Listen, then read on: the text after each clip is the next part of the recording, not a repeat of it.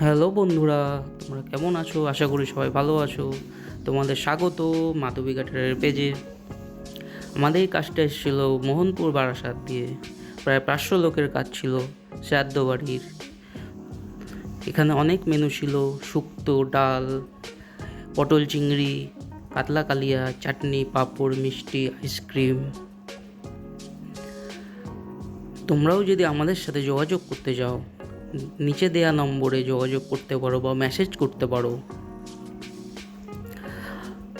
আশা করি তোমাদের কাজটা দেখে ভালো লাগলো। ফলো অ্যান্ড শেয়ার করতে ভুলো না বন্ধুরা।